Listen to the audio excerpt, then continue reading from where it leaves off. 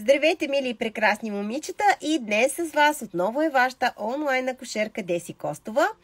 И днес ще си говорим за бременността. 27 решения на проблеми по време на бременност, за които вашият гинеколог ще забрави да ви каже.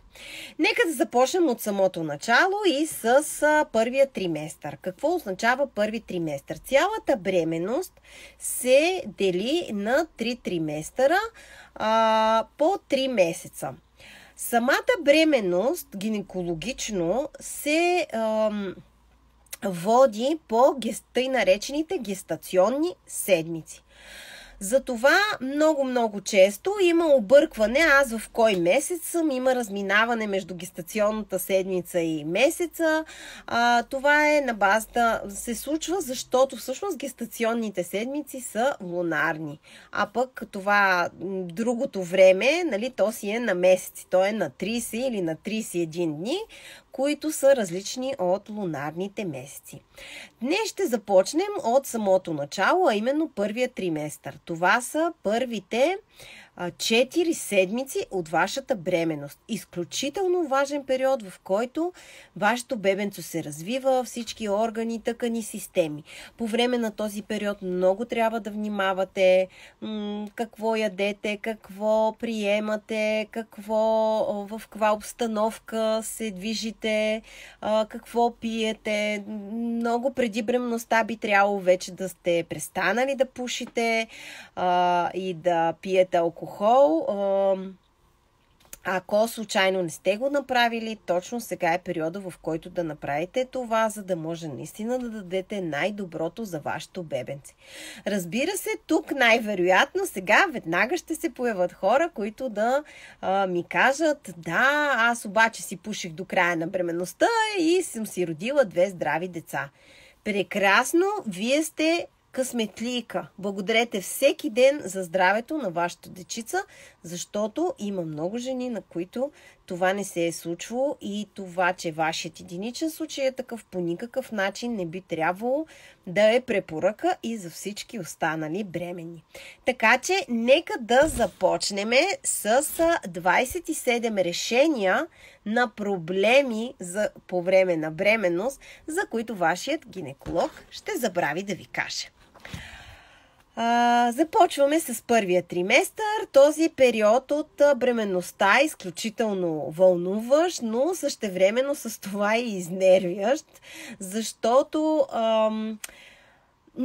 всъщност той е такъв и е свръхемоционален, независимо от това дали вашето бебенце е планирано и очаквано или е някаква приятна изненада.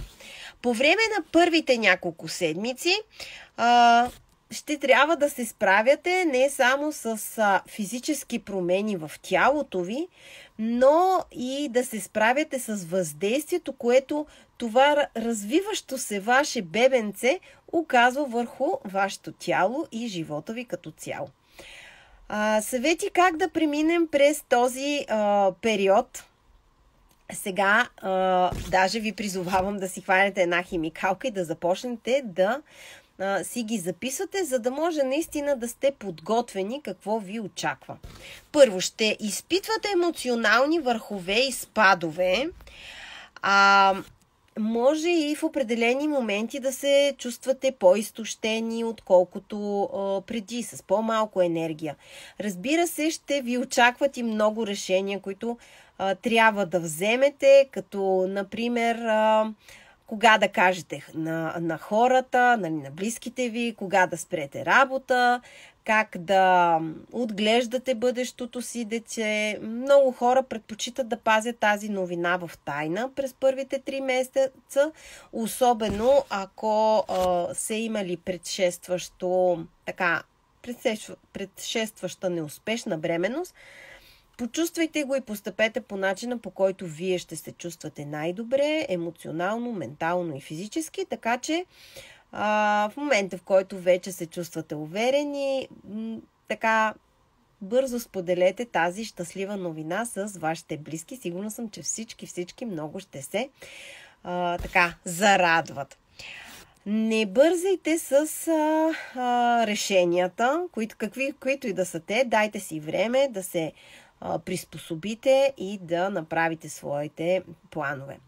Следващо важно нещо е достатъчният сън. Нощният сън всъщност е най-добрият приятел на бременната жена.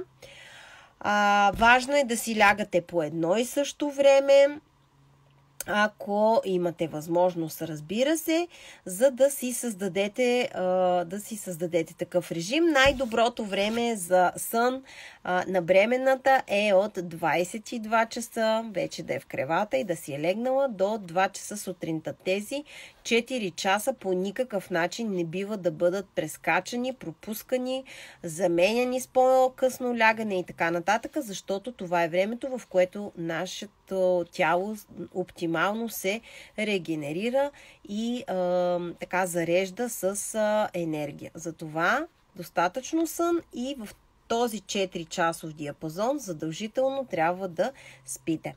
Следваща препоръка е: консумирайте лека вечеря, за да не си претоварвате храносмилателната система.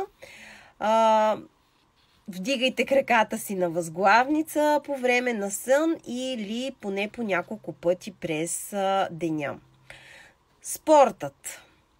Спортувайте умерено по време на този период. Не се насилвайте да правите упражнения, такива някакви силови, свързани с,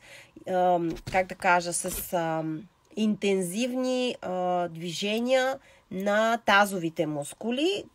Областта на таза като цяло трябва да е място, което е така максимално релаксирано, разхлабено и мускулите са в абсолютен покой. Не се претоварвайте и не се напрягайте. Наблегнете на леки упражнения, повече ходене, разходки, така пеша, разтягания. Плуването е много хубав спорт, който релаксира, но тук пак с едно на ум относно басейните и всичките дезинфектанти, които има, които се слагат в водата на басейните, за да може тя реално да е чиста. Изследванията доказват, че физическите натоварвания повишават телесната температура и се отразяват добре на бебенцето. Следващото е да подобрите вашата диета, храненето по време на бременност. Имам една много вълнуваща новина, за която ще споделя в края на видеото. Само лекичко ще я загатна.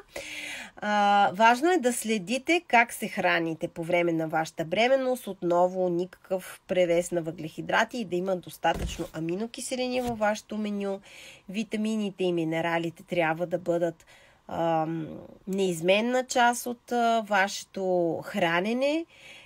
Напълно вероятно е минералите и изобщо нутриентите, които консумирате, да са недостатъчно за вас и да стигат и за вас и за развитието на вашето бебенце. Затова допълвайте вашето меню през храните с клетъчно дохранване. Опитайте се да ядете прясна, органична храна. Допълвайте менюто си с нутриенти, задължително фолиева киселина, избягвайте алкохола, черния чай, кафето, захарта, бялото брашно, преработените храни изцяло. И настройте се психически, отделяйте време за себе си всеки ден, време за спокойствие, време за размисъл, за това какво се случва в живота ви. Наблюдавайте промените вътре и извън тялото си. Опитвайте се да визуализирате бъдещето си, бебенце, срещата ви, разговаряйте с него, пускайте му музика, слушайте самата вие музика, която харесвате и релаксирайте.